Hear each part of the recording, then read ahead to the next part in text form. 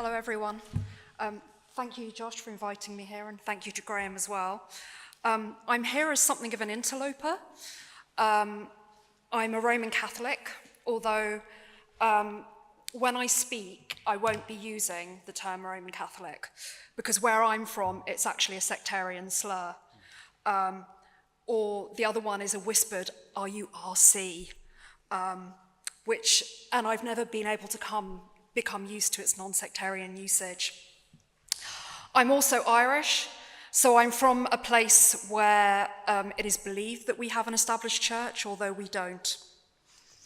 And I spend most of my time working with evangelicals and dissenters, most of whom were perplexed as to why this conversation was taking place at all.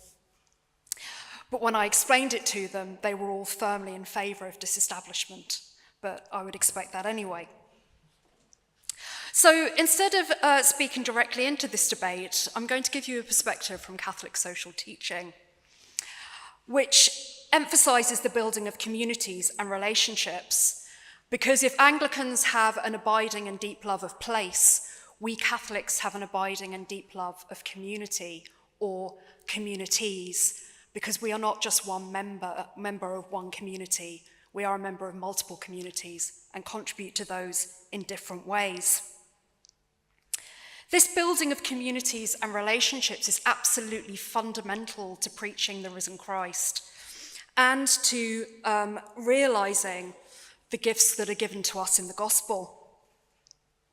And because I'm a historian, I'll be looking at it in a historical perspective, talking about how the Second Vatican Council, which sadly we're still struggling to implement, shunned any formal relationship with the state, and which, for example, fortunately in my mind, led in the Republic of Ireland to the special relationship with the Catholic Church being changed under the Fifth Amendment of the Constitution in 1973.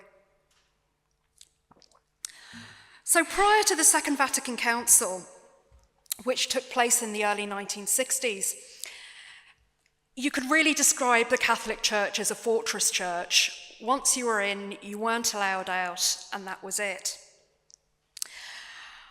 The church was a very defensive place, and it was very intense. It was an institution that sought to protect and consolidate its own power, and we saw that happening in the United Kingdom through its attitude towards education. And its relationship with states was, as I would describe it, quite triumphalist. There was an expectation there that it would be listened to. But from the 1960s onwards, the Catholic Church sought to influence society through the adoption of what Eric Hansen has termed a cultural pastoral approach. Globally, it developed a more ethical stance on evangelization that it had previously employed.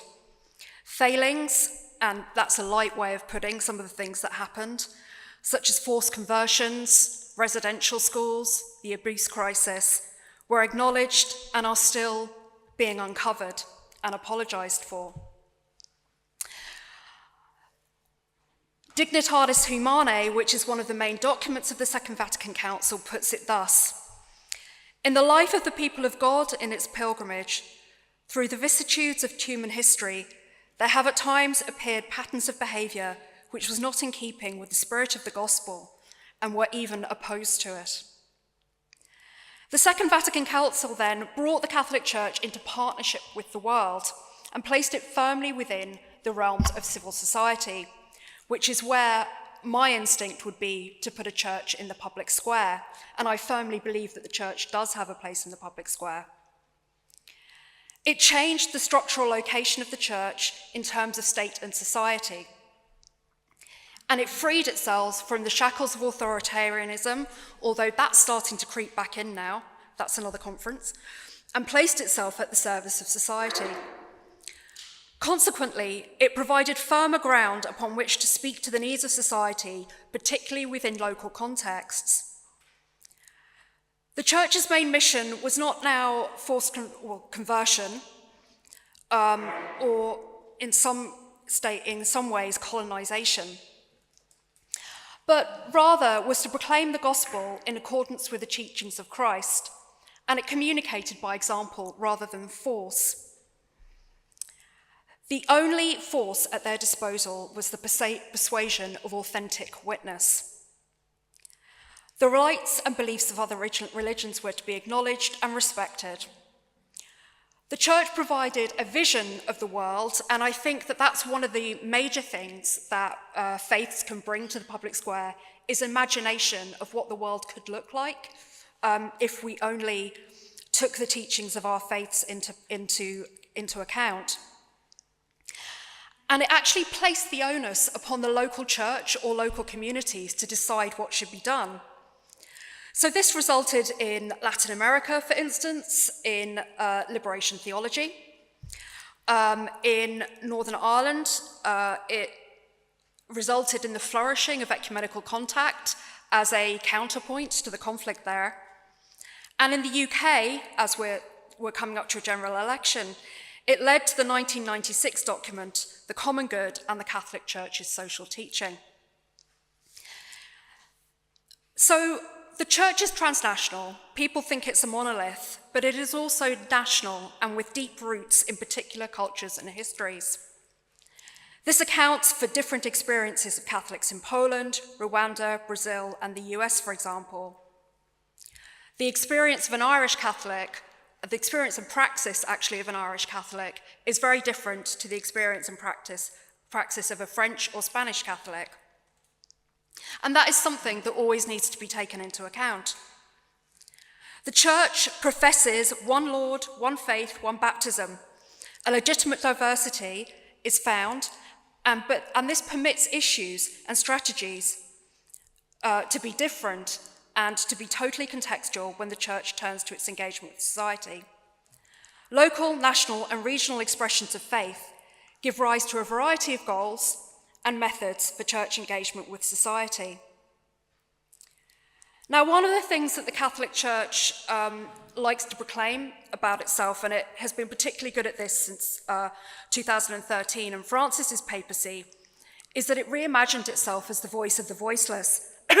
And we see this in particular with liberationist approaches. And one of the things that local churches and one that communities are expected to do is to create conditions through which the marginalized are able to advocate for themselves. This is achieved by the translation of the Catholic social teaching tenets of solidarity and subsidiarity into practical action primarily undertaken by the laity. And this again is one of the big things in Catholic social teaching, is that this voice in the public square isn't supposed to come from bishops or priests. It's meant to come from the laity, with the bishops and priests providing the spiritual nourishment required for them to discern exactly what they're supposed to speak into. So the concept of solidarity compels people to take into account the effect of their actions on others, asking them to strive to promote the common good while standing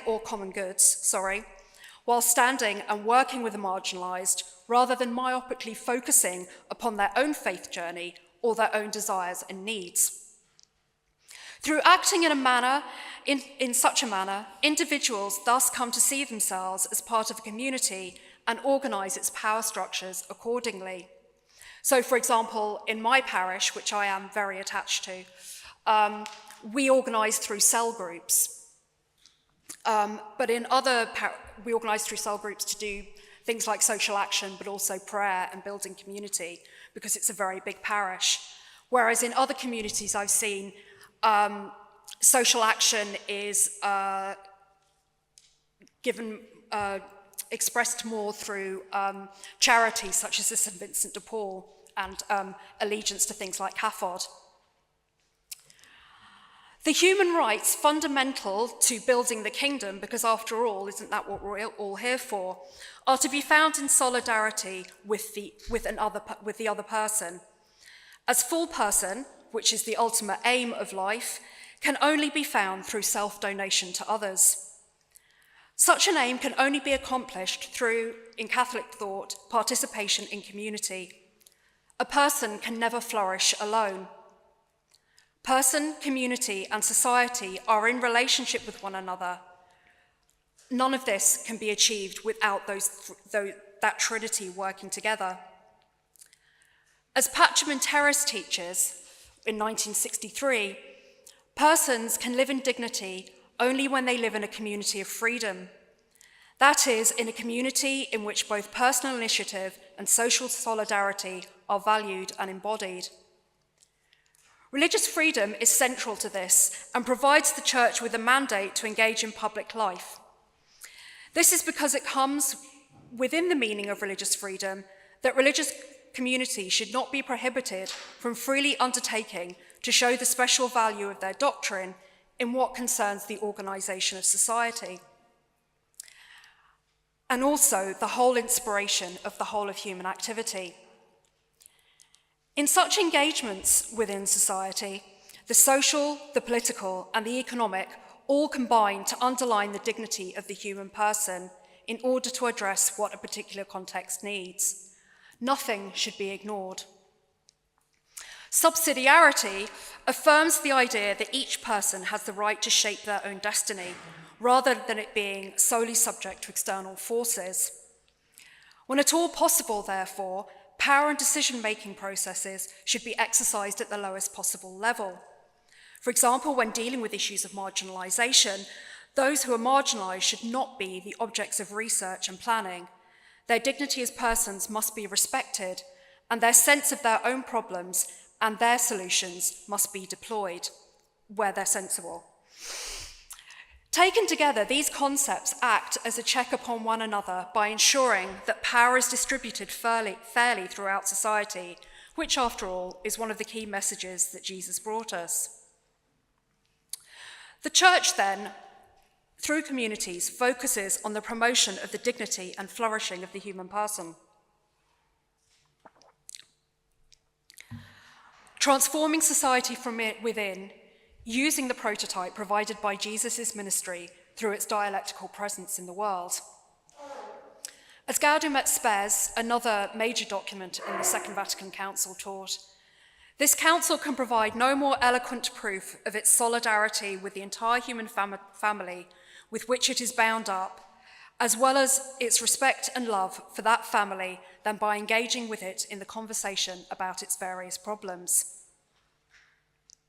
So in short, Vatican II freed the church to preach the gospel. The church should be at the service of the world. And one of the things that the church seeks to do is strike a balance between transcendence, which we've just been talking about, and the needs of the political order. This is done through a sense of tradition, and in Catholicism and Christianity as a whole, this comes from the gospel. As Congar argues, the church is the direct preparation for the kingdom, having within itself the strength of the Holy Spirit, and it cannot but strive to transform the world to the utmost. Of necessary, it seeks as much as possible to reduce evil in the world, to rebuild it in good order, to make operative the healing, uplifting, and transforming force of the gifts of grace. So there we have one of the eminent theologians of the 20th century telling us that we need to be at the service of the world and that the evils of the world have to be confronted. It is hoped that through communities, through being members of multiple communities, Catholics can reach out as pastoral guides and aim to help society make choices that are informed by the common good. So to conclude, having rediscovered a degree of confidence in human nature during the 20th century, the Catholic Church now taught that it was an active community of the people of God with a mission in the world as well as a realm beyond it. The need to protect human dignity lies at the heart of the Church's mission. And since the person is both sacred and social, a common life must be established that preserves and promotes well-being. The Church's aim is to perfect and free the individual through the teachings of the gospel, and in doing so works towards a more ideal society in which peace, in the fullest sense of the term, that is, a positive peace where structural violence is no longer prevalent is the norm. Each person's life, dignity, and destiny is bound up with the good of the community. As Kenneth Himes, a Franciscan theologian, argues, life in various community enlarges and perfects the individual. To develop as a person, participation in the community is necessary, for communal life provides the opportunity to give oneself away to another, and by doing so, the person becomes more fully realized. Giving of oneself in relationships of mutuality permits both parties to grow towards their full humanity. Participation in the dynamic of giving and receiving within the community leads both to the person's well-being and to the good of others.